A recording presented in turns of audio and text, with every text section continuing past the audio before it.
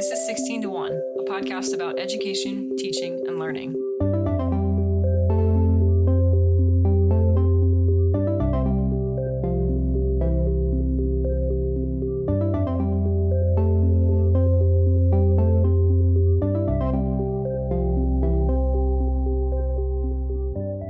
Hey, You good? I'm okay. How are you? I'm good. Good. I'm fine.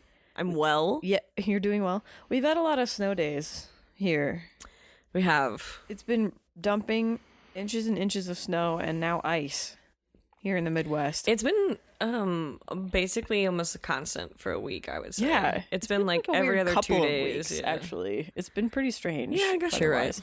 I mean, I like it because I love snow, but the world does come to a grinding halt. Well, you don't have a commute, I have no commute. so that My helps. commute is from the bedroom to my office. And the snow is never impacts down the that hall. for you. Well, no, it really You don't doesn't. have to like start your car. I do not. You don't have to pack a lunch. I haven't even bothered to clear off my car from all the snow. I really probably should, just to be nice We to just my made car. the decision to bury it in. Yeah, it's like there was too much snow to push around, so we just were like, you know what? That was it like just 2 weeks ago. it lives there now. Yeah, Yeah, that was and the first big snow. Now it's only gotten more. And we're supposed to get more, Yeah, my by car- the time this episode comes out, we'll probably have like 6 more inches. Right. I might never drive my car again. Is what the deal is there? But I mean, what can you do? It's also been extremely cold, so my motivation to go shovel out my car for my 0-mile commute has been very low. Well, we don't go anywhere. Yeah, we also have no life because COVID, so we have no. Yeah.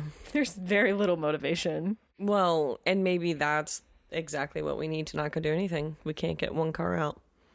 It's So keeping us safer. there's really just no point. It's just keeping us safer at this point. Yeah. Our laziness is rewarding us. Yeah. So anyway, I'm enjoying the snow. You're enjoying the snow. Our dog was enjoying the snow, but does not like the ice. It shifted. She can't figure out how to walk on it. It's pretty funny. She's too heavy to walk on top without falling through. And just too heavy for the rest of it is essentially what's happening. So now her legs get stuck places, and she's not very tall. Yeah, she pokes little holes when she walks on it. And then she just looks at you like, "Are you going to She's come like, get "Why me?" did you do that to me?" We didn't. I promise. And if we get all 95 pounds of her out of that hole, it's really an achievement. yeah, Yeah. takes a lot of coaxing. Yes. But we're just Treats. We had to Encouragement. just take out finally. What was the thing you took out in the yard? You started a Pitchfork. pitchfork. Yeah, I and had to you use a started breaking up pitchfork. the ice. So I used the a dog pitchfork could to walk. break up the ice on the sidewalks too. It was so thick that our shovels were just skidding off of the top of it when we tried to shovel. Well, we got like more ice than they said we were going to, Yeah. and then it snowed on top. Yeah.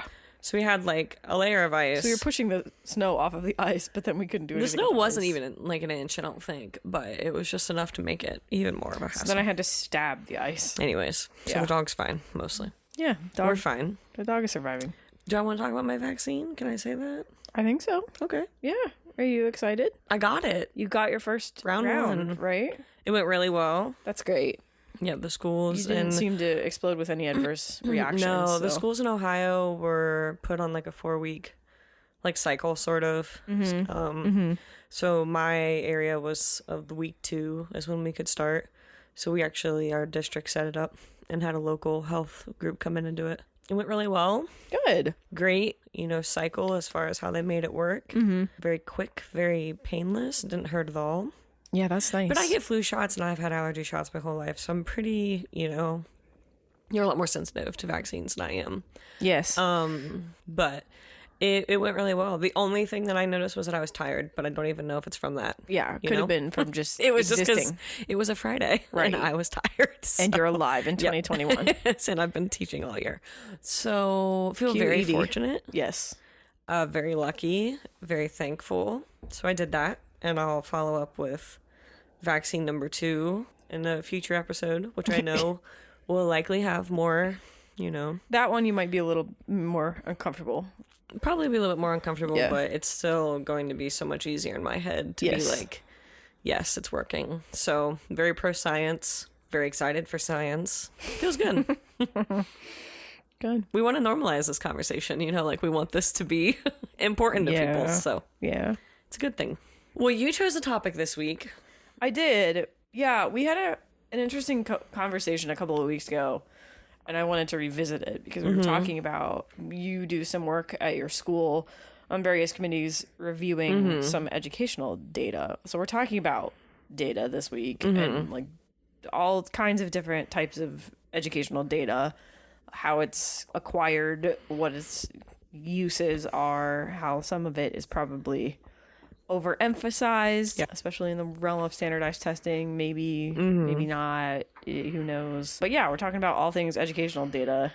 It's just going to be pretty high level. We're probably going to do an entire episode dedicated to standardized testing at some point. So it's very hard to separate those two. Yeah, right. Well, right. Because when people say educational data, they commonly mean standardized testing these days. But because that's the data that is what is used to that's what everyone us. is all worried about all the time, because that's because your job depends on it if you're a teacher. So that's often what people exclusively talk about when they talk about educational data. But we're going to talk about some other kinds of data too, and just in general, how you go about getting it, how you go about processing it, how it impacts the day-to-day in student and teacher life, So so just in general, kind of like what all counts as educational data here? What are and all also sort of what are expectations that we have of educators when it comes to using data to inform classroom practices? So as far as like data that isn't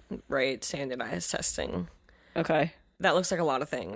It can be formative assessments in your classrooms. What are those? Which could be a million things. A formative assessment could be something like put your thumbs up if you understand, put your thumbs down if you know what I mean, like that type of thing. So stuff that is you're gathering information from students, but it's not impacting their grade or something like that. And basically. some formative assessments could be a grade. Not normally would I say that. It just depends on the teacher because we all use them differently.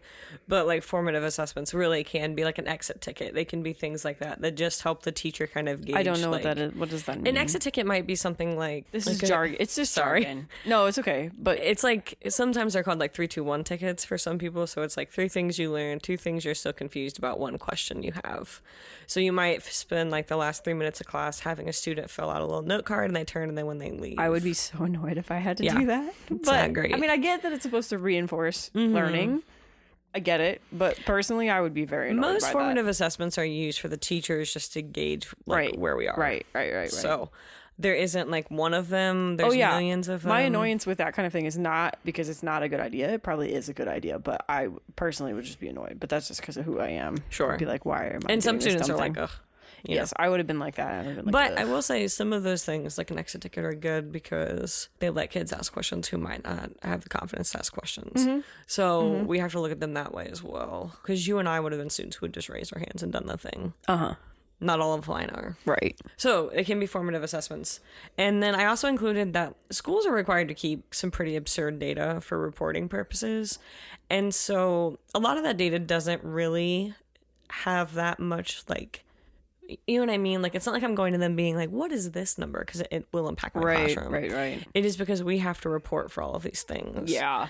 I outlined the next couple of items or things that I added here because all this data that you're talking about, they're just all kinds of numbers. We'll talk later about why some of this stuff is required. A lot of it has to do with No Child Left Behind and sometimes like Obama era Common Core stuff, like blah, blah, blah, blah. We've talked about that before. But so a lot of the data that is collected these days has to do with required reporting from some of these laws. And again, we're focusing on the United States because that's just what we know. But I'm sure there are, there are analogous data collection requirements in other, peer countries. But so if you just think they're just all kinds of numbers, and a lot of it is tied to educational funding, and we will also dive deeper into that. But we've got enrollment numbers, demographic data. And that includes like open enroll students. Yeah. Who is what type, like if our students have been sent out to live in a home, like all of those types of things, like all of those get numbered essentially. Yep, whether they're public, private, charter schools that they're attending. Just, the number of students attending charter schools in this country is like rapidly increased recently too. It's like, I think it was like something about like maybe like 4% or something. When I was looking at just some numbers like in the early 2000s, it was something like that. Now it's up to like 6 or something, kind of insane like that. So, you know, the number of students attending different kinds of schools, graduation rates from those schools. That's a big one. Yeah. Well, that's something that's also in Ohio used on our school report card. Yeah. So that's a number we always know. Yep. We talk about, one that I found was pretty interesting and relevant right now is home internet access. We just did this last week. Yeah. Percentage of students that have home internet access have really good home internet access. That, though, home internet is one that the state just required us to start reporting. That wasn't required to be reported before. It's pretty wild to me that hasn't become a thing until now when it's like absolutely necessary because even prior to now, there was a ton of stuff that was starting to shift to being online. Like, you know, you have to turn in your essays through an anti-cheat program or something. In order to do that, you have to do it online. Turnitin.com, yeah. Yeah. So you need to, you know, all kinds of stuff that have moved students and teachers online. So it's a little disconcerting to me that home internet access rates have only recently become of interest to schools. But yeah, you have some other notes here about stuff like students. Yeah, so like we have to have, like in a normal year we would know exactly our free or reduced lunch number, and I say that because our portion of Ohio can be the free and reduced lunch program. That's what you're talking about. Yeah. And that number is usually lower than what it should be anyways, because not everyone fills out the paperwork to receive free and reduced lunch. It's just because of, even if they would qualify for it, they don't. But this year every single student for the whole year is receiving free breakfast and lunch as part of a COVID relief. And so this year, especially, those numbers are nowhere near where they should be, but also because why would the parents fill out the form if they know their kid's going to get free lunch? Reduced lunch. Interesting. Yeah. So that's one. We have like a list of military families. We have a list of those that are considered homeless or those that are in foster care. So then we would also have data for those that are IEPs. Individual educational programs? Yep. Yeah. And 504. So anyone who's been identified with something like that. So that could be like mental, physical disability, like whatever else. Yeah, like dyslexia and all kinds, like attention issues, anything like that. So like that data is, I mean, if you're a special ed teacher or something like that, that's going to be kind of your bread and butter. You know what I mean? As far as knowing accommodations and things like that. For classroom teachers, and I say classroom teachers and like I'm a core subject classroom teacher, we deal with those differently based on what we teach and who our students are. So there are some years where we do have larger caseloads than others, and so it just comes and goes. So I can't say that for every teacher those are a huge part of the data assessment, but for many it is. And then also we have like expenditure data. Yeah, I put a note in here about this because I just thought it was pretty interesting. This is so important. Yeah. Gosh. So expenditure data is like per pupil, per student dollar amount spent for an academic year, basically. I have some report here that I couldn't get. You can't get these things super up to date, but I was just looking at like 2016, 2017 numbers. Public schools spent $12,794 per student on average. So like current to this study, expenditures per pupil were 20% higher in 2016, 2017. So that was, you know, a few years ago. Those numbers were 20% higher than in 2000, 2001 after adjusting for inflation, which I thought was really interesting. So you would think that investing more dollars per student would increase performance on certain measures of educational like achievement and, you know, blah blah blah, but it doesn't track. It doesn't one-to-one like that. So we'll talk about why. Sure doesn't. Yeah, we'll talk about why, but I just thought that was pretty interesting that, you know, spending per student, at least from 2000 to 2017, has increased 20%, but educational achievement has definitely not increased with the number of dollars spent, which is not, by the way, to say that we're spending enough money on our education system, because we do not pay teachers competitively at all. So even though there's been that increase, it's not, it's just not good. But anyway, let's move on to standardized testing. We can talk about all kinds of numbers. Yeah. More yikes. So I just at the top of this, I had a note that I wanted to kind of revisit. No Child Left Behind. We've had conversations about this before. We still haven't gotten around to doing our full episode on it because it's just so daunting to imagine. Just kind of too daunting. We should stop talking about it. I know, it keeps coming up in the every show time notes. we talk about it, we're like, oh, we'll do it. Yeah, it's just No Child Left Behind is such a big piece of the educational programming of this country that it really will require a lot of research when we finally maybe do 2 get around parts. to it. Yeah, maybe a 2-part episode on NCLB, but Or maybe we'll do 1 part and never do the second. because we got tired of it. Yeah, could be. So, a lot of jargon that we now use when we talk about educational data in this country comes from stuff that is contained in the legislation generally known as No Child Left Behind. A big one is called, the piece of jargon is called adequate yearly progress. So that's described, and I have the links to where all this stuff is located in the show notes, but this is described as the yardstick at the heart of No Child Left Behind. Under NCLB law, states must test students in math and reading in grades 3 through 8 and at least once in high school. So these are standardized tests that we all talk about. Schools must report on the performance of different groups of students, such as racial minorities, as well as student population as a whole. Students are expected to reach annual achievement targets known as adequate yearly progress, or AYP. So this is how the whole world of standardized testing is currently enacted in this country. At least you have to make a certain amount of progress per year. So under NCLB, schools that fail to make adequate yearly progress and meet their achievement targets for 2 years in a row have to allow their students to transfer to better performing schools in the district, which anyway. Complicated. Yeah, it's very complicated. Within the district? So, like, from an elementary to a different elementary? Well, this is hard for us to envision because we come from very small districts with, like, one elementary school. Yeah. I mean, there are 3 elementary schools in our district. Yeah. But I grew up in one with 2. in your district. Actually, now it has 1. Yeah. So there are 3, I should say there were 3 when I was growing up in my district. Interesting. Yeah. I know that that's the case for students who have IEPs, for sure. If you can't offer them the services, then you have to. That's fascinating. Yeah, I don't think I knew that. I actually talk about that a little bit later. It's sorry. No, it's okay. It's just that I mean, in general, all of this has massive funding implications. Yeah. You can understand Super when expensive. Your funding comes from, in part, the number of students enrolled in your district, and you lose students because of performance issues. That's a problem. Because the law mandates that you're allowed to lose them. There are just all kinds of problems. So anyway, all of this has to do with funding, kind of at the core, unfortunately, in my mind. So anyway, back to this NCLB stuff. These schools, if you don't meet your AYP targets, you become one of 2 kinds of schools. There's a focus school, and this is a term that came out of the Obama admin's NCLB waivers. Common Core was an Obama admin thing too, but they also were attaching modifications to No Child Left Behind. And one of the things that they did was create these focus schools, and that's schools with a stubborn achievement gaps or weak performance. That's a great, there we go. There's the word I was waiting for. Weak performance among subgroup students. So subgroups are English language learners or students in special ed or other just different identified smaller groups of students within the general student body. States must identify 10% of their schools as focus schools. No matter what. No matter what, states are forced to basically stigmatize 10% of schools, no matter what. With this thing. That's very hard. It's a hole that once you've dug. Yep. And then a sort of more intense level is a priority school. So that was a focus school. This is a priority school.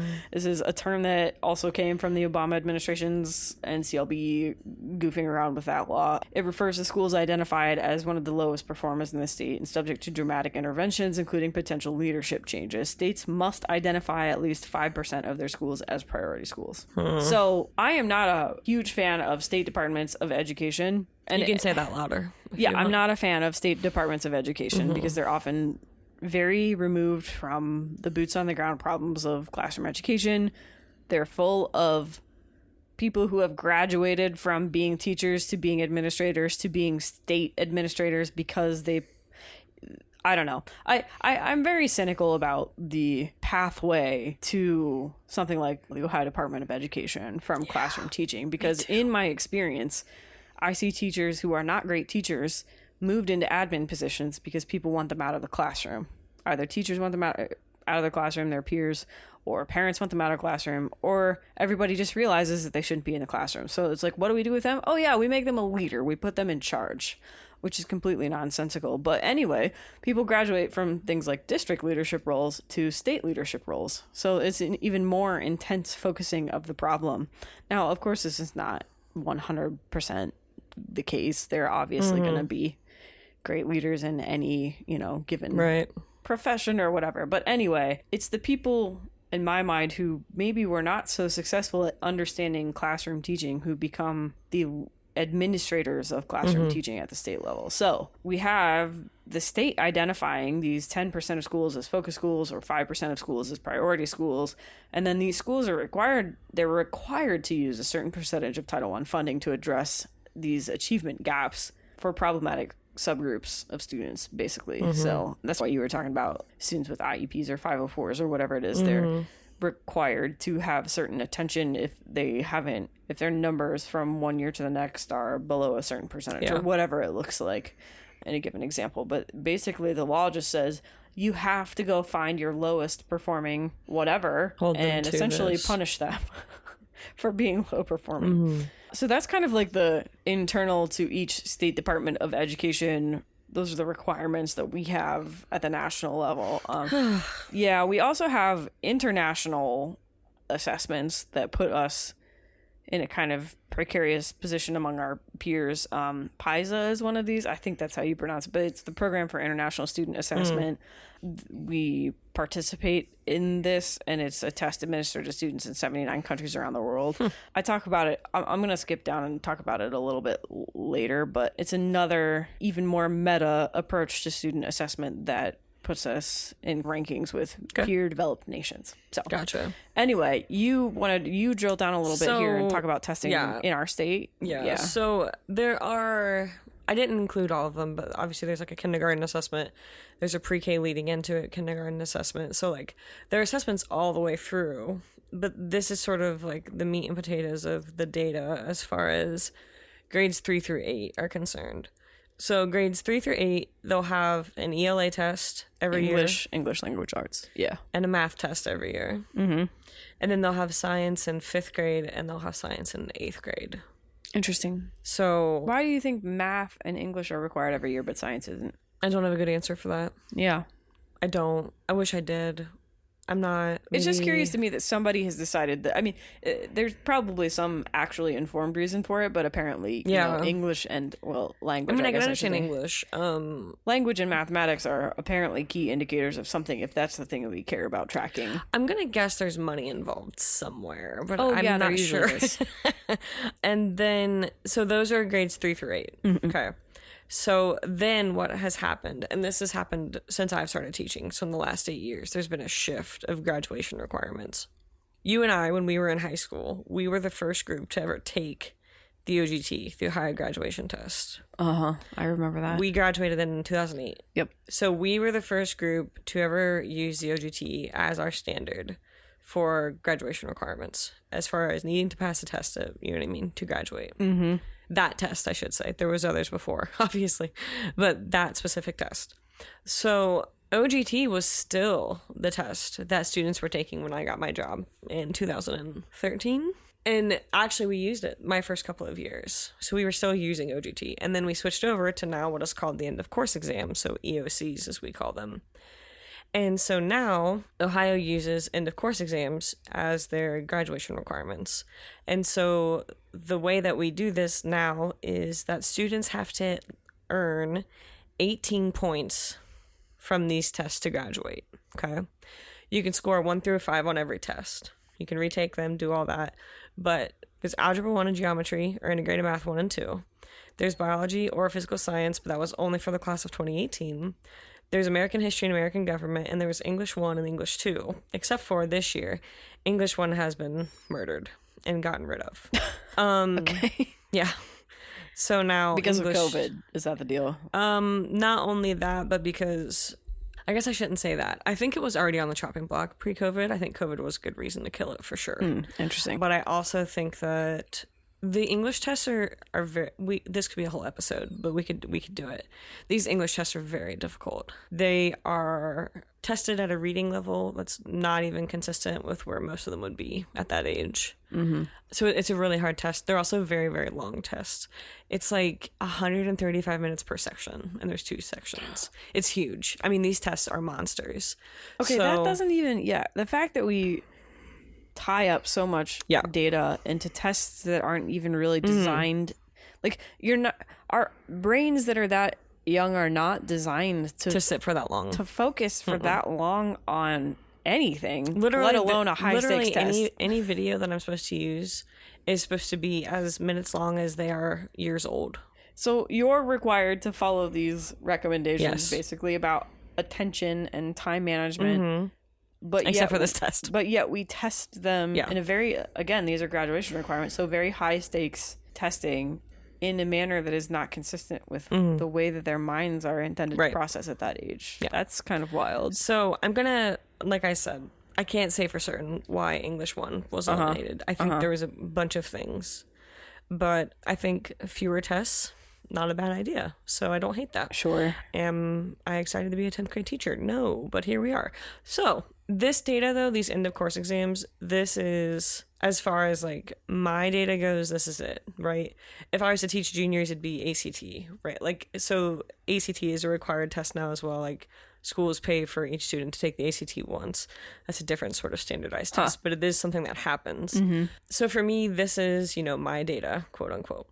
And I want to mention this. Teachers don't want to teach to the test, but in some respects, we have to be mindful of what the test asks. You know what I mean? I think when I was teaching for the OGT and I was early in my career, I was doing a lot more of just practice OGTs and things like that, because the OGT was known for recycling and they might even see these again, like that type of thing.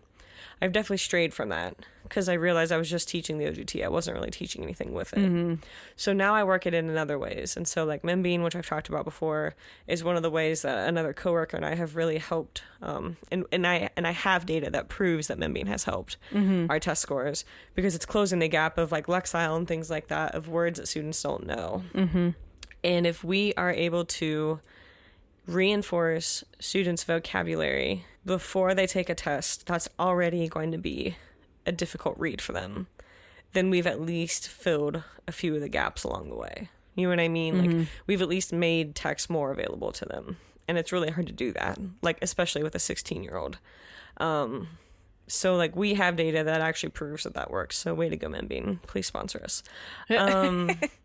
But then, like, also this test, like, I'm talking about the English 2 test for 10th graders.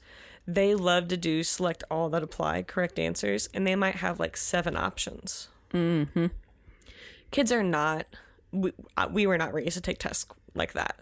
I mean, you were probably a little bit more well-versed because of AP testing, but that is not a common test form growing up for many students. To be given 7 answers and that 6 of them could be true. Like, that's a very hard line of thinking, and it's a very complicated testing process. So I have started working those into more of my tests and my assessments as a way to start breaking them into being like, okay, what is most right? And so that has helped. I have this later on in the notes, but I'm going to skip down to it because this is kind of the conversation that inspired this episode. You were talking about, and of course, scores by standard, broken down by standard. My dream. Didn't know it. So it was a magic Google form that I didn't know existed. Right. But along those lines, we were talking about like that question example that you just talked about, how you can have a question with 7 options and 6 of them are what you need to select. In these high stakes testing environments, educators can sometimes see what you're talking about. So like achievement per standard or whatever. But what you don't know, and what the testing companies will not let you know, is what the questions are. What the questions are and how, like, what they are missing and why. So legally, we can't know. So that's wild to me, though, because that's saying legally you cannot understand why your students are not achieving at the level that you want them to if they're not achieving, you know? Because there are about 100 different reasons you could get a question wrong. Right, because you might miss one of the 4 or 5 multiple choice options you needed to select, and then you get the question wrong. Or maybe they give you partial credit, or maybe they don't. But regardless, you're not going to know how the answer ended up in a, you know, non-passing score for that question or whatever. So you're essentially being asked to align your entire curriculum for the year with these high stakes tests that you can't even then turn around and get super useful data out of. All it does is say to the state, oh, you need to take away their funding, or oh, you need to give them more funding. And it's just like, okay, but if we're actually doing all of this to help students understand things better, shouldn't we give teachers the most data we possibly can about what students are and aren't doing correctly? Because they might get a question wrong because they don't understand a word used in the question, not because they don't understand the concept being tested, right? Yeah.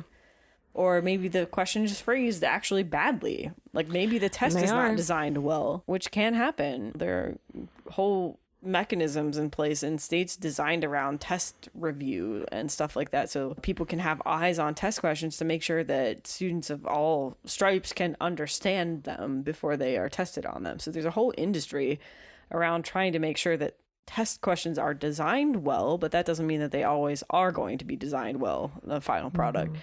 So anyway, I think that that's one of the things that bothers me about certain kinds of educational data, is that we hang so much on the success or failure of students on certain kinds of these exams, and yet you're not even allowed to know how to address the problem. If there is a problem, what the problem is, you're not allowed to know that most important part that comes from that kind of educational data. That's kind of wild to me that that's the situation that we're in. We have this glut of test stuff happening at any given point in the year for most students, but the usefulness of them is more or less gated off for a good portion of teachers. So anyway, that's my soapbox about this kind of stuff. So enjoy. Yeah. Please. That's mine as well. Yeah. Trust me. What does all of this data that we have say about the state of the American educational system? Next question.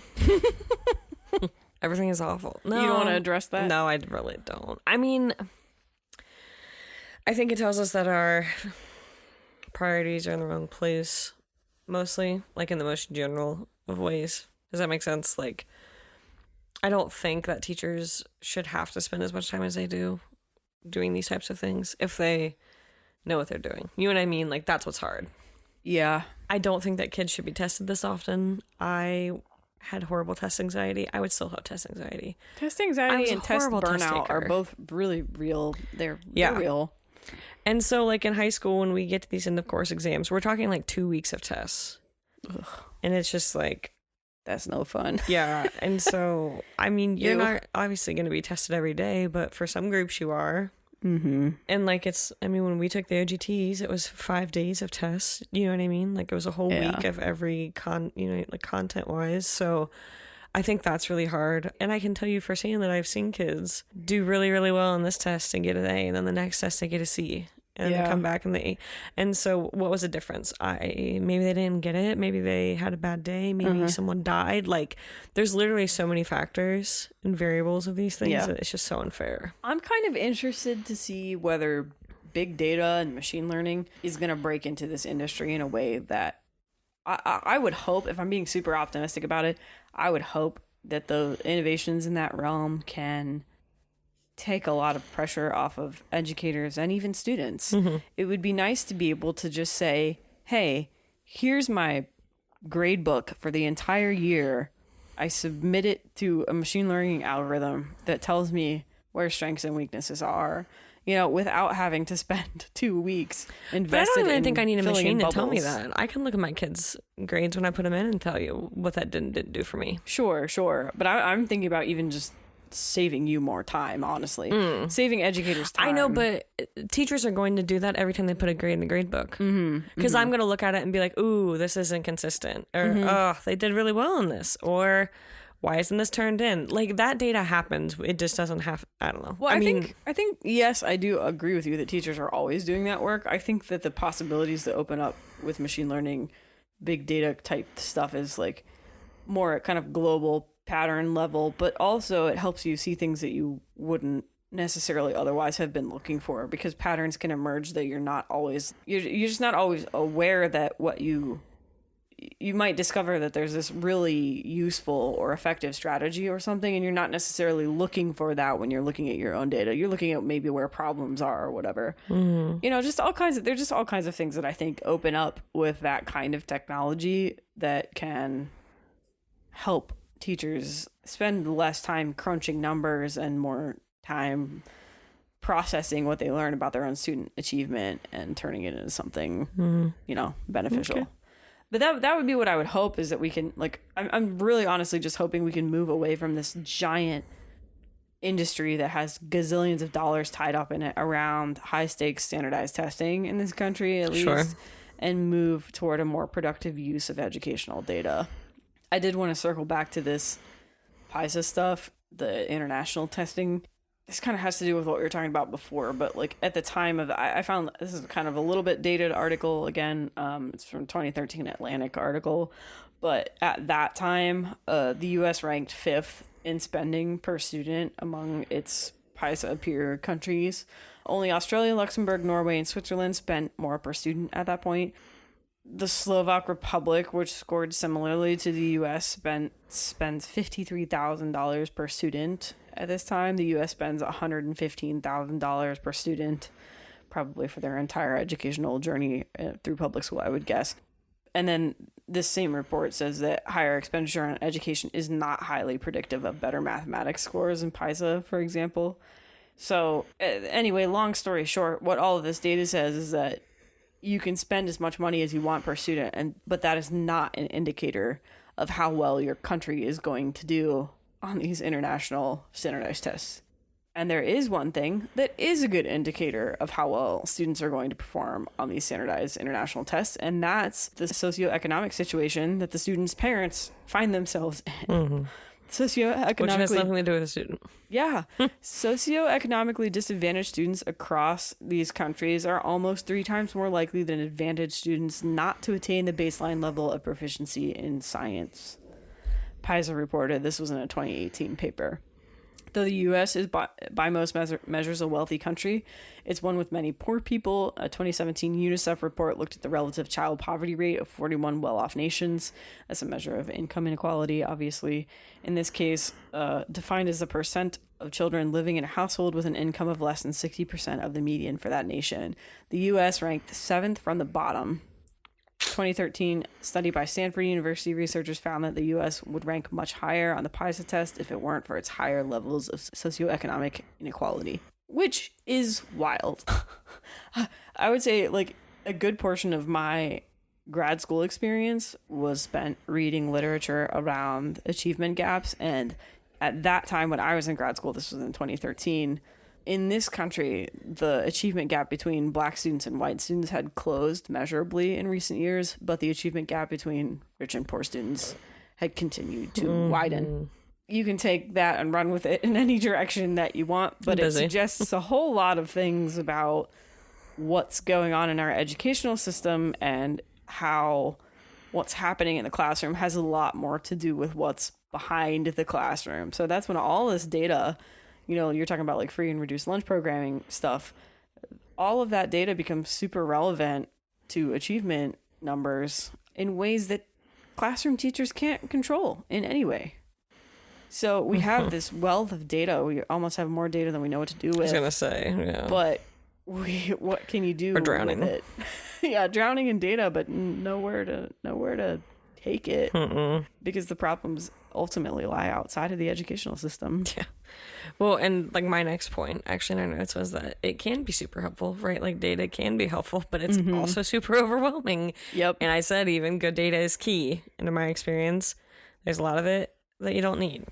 Now, some of it's useful, but only when you really need it. Yeah. Most of it isn't. There's a big signal to noise problem, I would think, with educational data.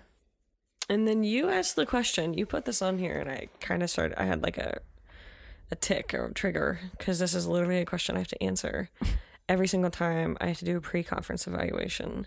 Chelsea really did right. What are the expectations of educators when it comes to using data to inform classroom practices? Ugh. Yeah, I'm sorry.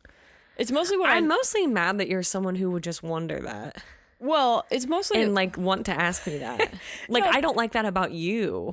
No, it's like, it's not even me being like... Oh, it is. Excuse me, how is data informing your classroom practice? What I'm asking is, how does, like, for example, your administration come to you and say... Like, what are their demands on you is what I want to know. We literally have to answer that question when we have an evaluation. Your question is, how do you use data to inform your classroom practices? Would you like me to bring up my ETPES and read it to you verbatim? Because it's very close to that if it's not literally that. I don't think you need to do that, but...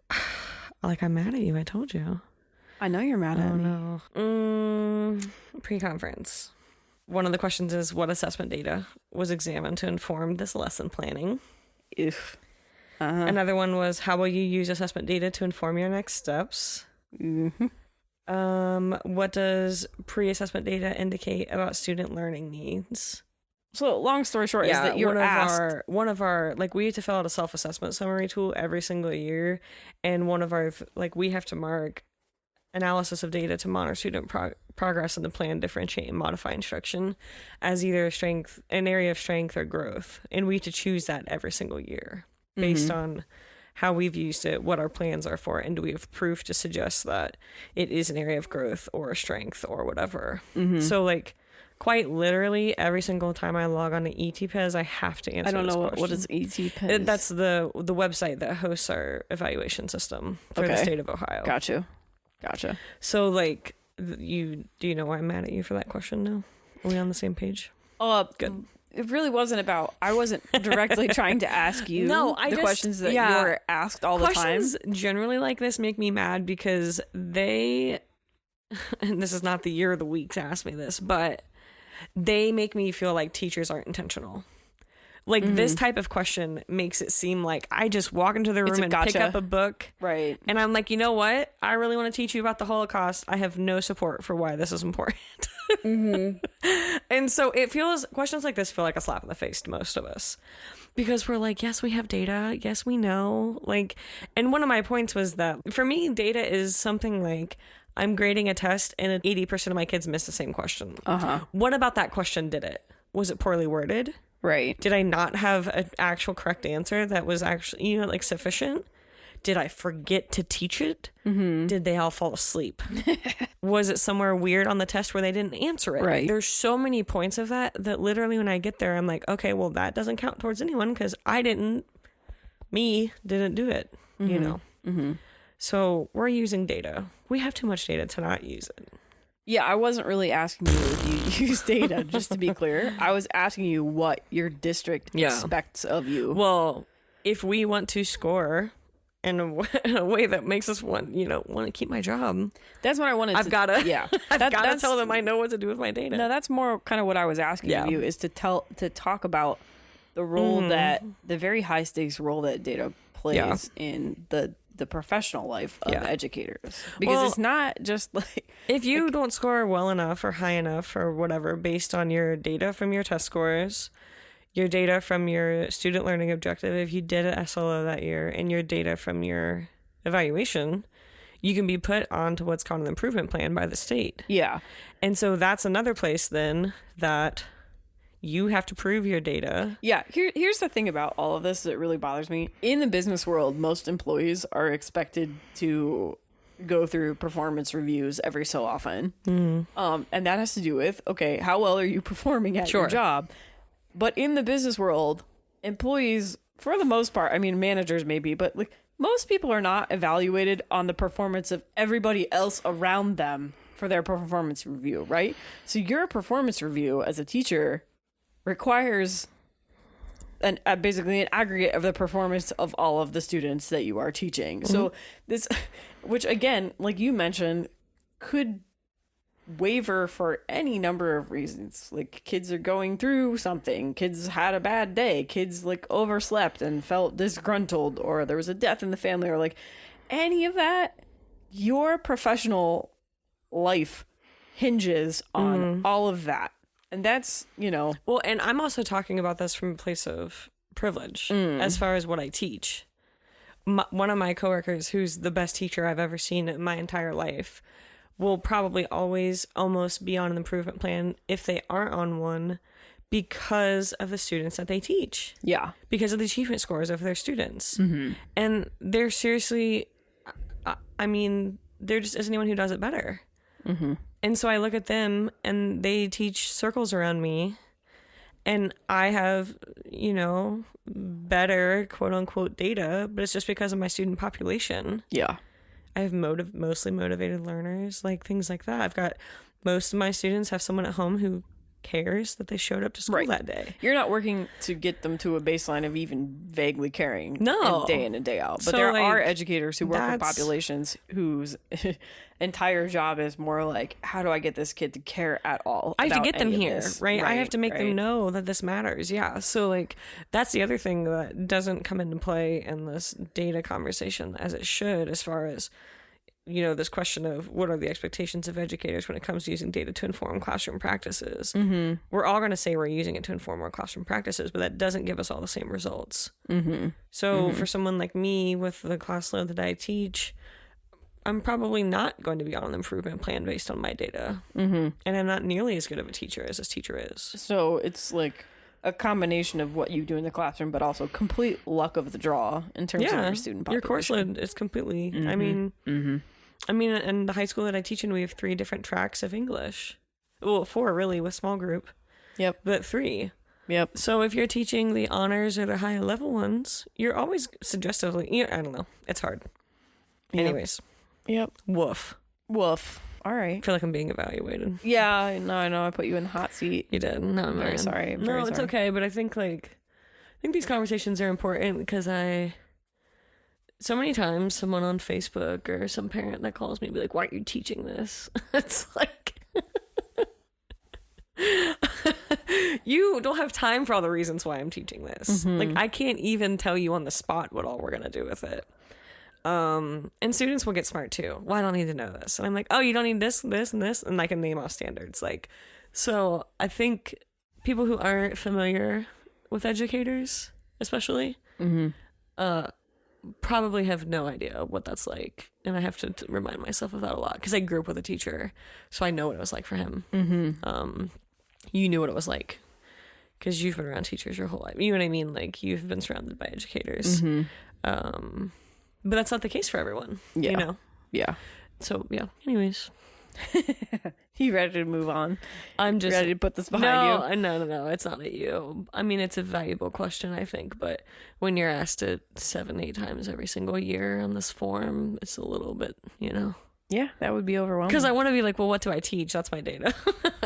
Yeah. So, Yeah. anyways. Okay. I mean, one last thing. Yeah. I was not excited about COVID, but I was excited about COVID because I had no data. My test didn't happen. Do you know what that feels like? To go into a new school year and not have to be stressing when that drops? Amazing. It's like my first year of teaching all over again. Great feeling. Yeah. Shouldn't be that way, but it is. Yep. Anyways. Anyway, we're going to move on to fill in the blank. Is there anything of the data, the stuff that you didn't feel we covered? Oh, no. I mean, I pretty comfortably got on my soapbox and got off of it. So you feel good about your statements? Yeah, I think that I'm the sort of person who would say that we need, and again, we keep focusing on standardized testing because that's where all of the conversations around data happen. But I think all of this could be put to great use. There are just so many things that we could learn from just the sheer data available out there. Like, there's so many things that we could learn, but I think our priorities are all jumbled and wrong, basically. Yep. I don't think that we're using data in a way that empowers teachers. I don't think it empowers students. I don't think that the ways, so data and data gathering and data collection, none of that is inherently bad or wrong. Even standardized testing is, I don't think is inherently bad or wrong. But I think what we've seen is a very misplaced focus on the importance of standardized tests for X, Y, and Z. I think we have decided to tie funding to achievement data that in turn is not actually based on classroom learning, but like I said, socioeconomic status. So we're tying a funding model in terms of public education to something, and we're saying the root cause is this, but it's actually this thing that is entirely outside of the control of the school district. So I think we as a nation need to kind of reset on our priorities and judgments around what we do with the data that we collect. So that's kind of my takeaway. Go for it. Yep. Ready to move on? Yeah. Fill in the blank? Yeah, I'll do it. Last episode's question. Yes. Okay, last episode's question was, this Black singer, songwriter, and entrepreneur was known as the King of Soul, with his most popular songs being Cupid, A Change Is Gonna Come, and Chain Gang. Recently, Leslie Odom portrayed this important musician in the Amazon movie One Night in Miami. So who was that smooth singer? It was Sam Cooke. Sam Cooke. What a voice. Yeah. Gosh. Yeah. So good. Mm-hmm. Do you want to do this week's? Yeah. Okay, go ahead. So this episode's question, this would have been the week to be in New Orleans. It would have been, had it not been for the global pandemic. As Mardi Gras celebrations, Mardi Gras is today when we're recording this, Tuesday is Mardi Gras, celebrations popped up all over the city, even during the pandemic. One of the most celebrated parades is in honor of this king, the king of the carnival. What is his name? Mm-hmm. The king of carnival. Mm-hmm. Someday that'll be on my list. Mardi Gras. Mardi Gras. Yeah, I would like to do that too. That would be a good one. I hope I do it before my liver gives out, which with the pandemic happening is going to be much sooner than later. Well, I think that's where your liver gives out, right? Doesn't it happen at Mardi Gras? Anyway, what did you learn? what did I tell you I learned? Tomatoes. Oh yeah, That's it. I learned tomatoes. This week I learned that tomatoes are a New World fruit, and I'm pretty sure that I actually knew that, but. So we're watching this thing, and you're going to talk about this too, but we're watching this show where Stanley Tucci just romps around Italy and makes me incredibly jealous. I don't think Stanley would say he's romping. He but romps. I'm here for it. Stanley Tucci romps in his own sassy little highly manicured way. It's a highly manicured romp, but he just visits. He's doing this show that we started watching, and he's kind of touring Italy's cuisine, but anyway, it feels a little Anthony Bourdain to me. Yeah, it's kind of that same I love that vibe where it reminds me of that Zac Efron show that we watched too. We talked about that on here too. Yeah, we talked about that on the podcast, but it's just like, you know, I love watching these shows where like beautiful people go all over the world and eat delicious freaking food. So that's where I am. But yeah, and like Anthony Bourdain and Zac Efron and Stanley Tucci are all a different kind of beautiful. Mm-hmm. Yeah, I would agree with that. Yeah, there's no one kind of beautiful. No, they're all three doing it. Yeah. So what I learned for real, but that I think I already knew but had suppressed, was that tomatoes are a New World fruit. So Stanley Tucci was talking about the influence of the Medicis in Florence. He was in Florence for this particular episode, looking at some of their cuisine, and he's just saying tomatoes were essentially imported from like Central American countries, starting around the 1500s, whenever the Medicis were at the height of their power in Florence. So tomatoes, as we think of that as quintessential Italian cuisine, but Italian cuisine goes wasn't theirs much farther than that, and it only started happening around 1500s when the tomato was imported to Italy. Pre-tomato is basically just bread. Yeah, lots of bread, lots of flavorless, saltless bread. Carrots, carrots, celery. Yeah. Mm-hmm. Anyway, that's kind of what I learned. And I also learned by way of Googling after the fact about that was that the United States, we adopted tomatoes from Europe and not from neighbors to the south. So it got exported to Europe from Central American countries, and then we imported it from tomatoes from Europe instead of from the south of us, which is wild to me, but peak America. Sense. Yeah, it's very American way of handling something. We're gonna go twice removed to get this. We have to filter this through our European brethren. We're gonna make it come through them first. They're gonna do the heavy lifting. We're gonna take it from there. So that's one thing I learned. The other thing, it's not so much a learning about as a shout out to a new thing that we're enjoying, and that's this new video game, cooperative survival game called Valheim. It's a Viking survival game. So you're a Viking and you're in the wilderness in a like mystical realm that the gods have sent you to, and you have to kind of prove your worth by surviving and fighting monsters in this mythical realm.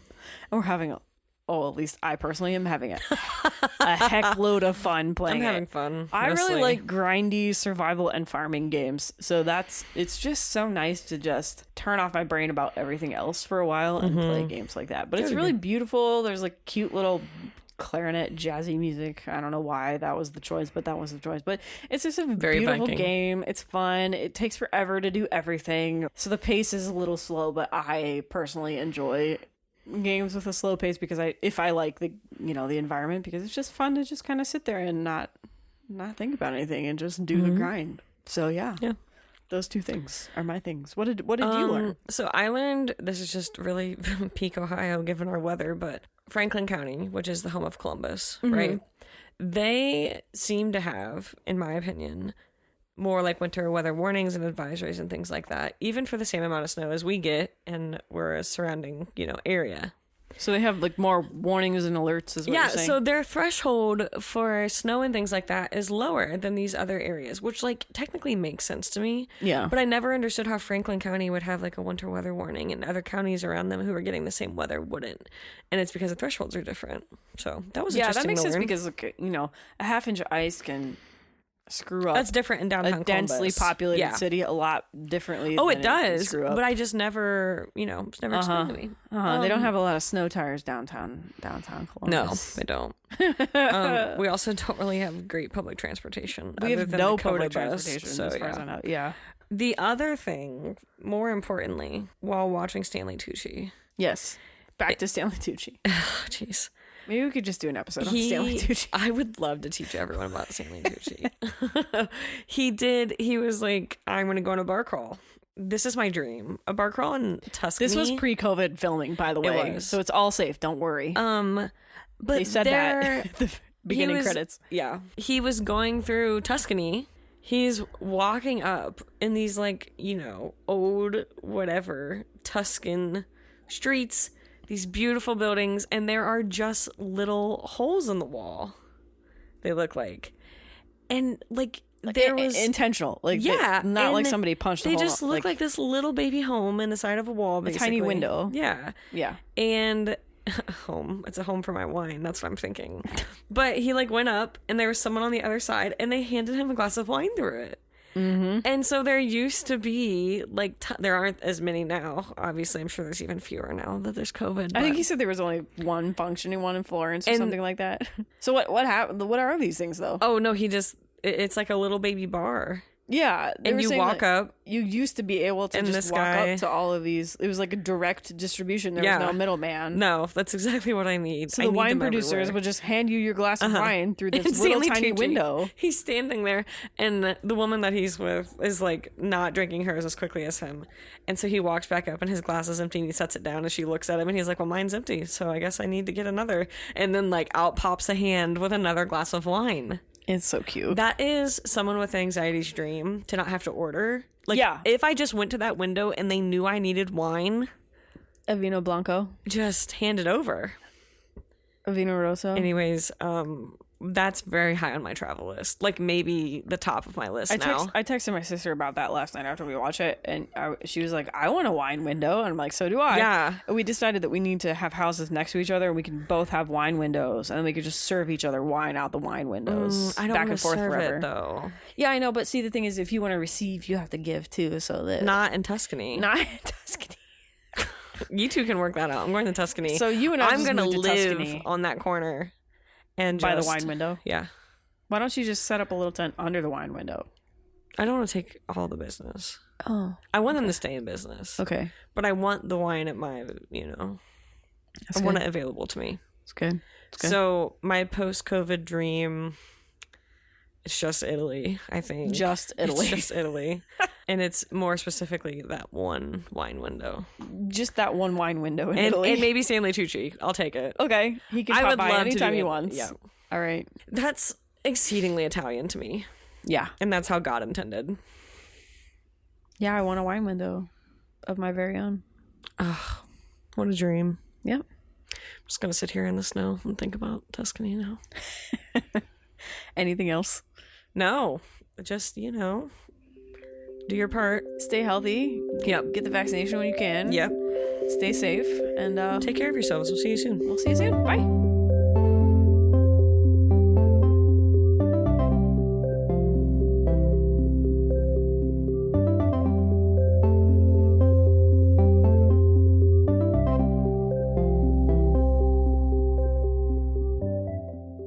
Listeners, thanks for supporting 16 to 1. We're trying to grow our audience, so please check us out at 16to1.com, all spelled out, and tell your friends about the show. On our website, you can find links to follow us on social media, an archive of all our old episodes, and a contact form where you can get in touch. Thanks again for listening, and we'll catch you next show. So when they named the Tyrannosaurus Rex, he's like the king. King? King. King. King. Right? King. First and last. King. Tyrannosaurus Rex. You're not even kidding. He's just the king. You were kind of mocking me, but now you're with me.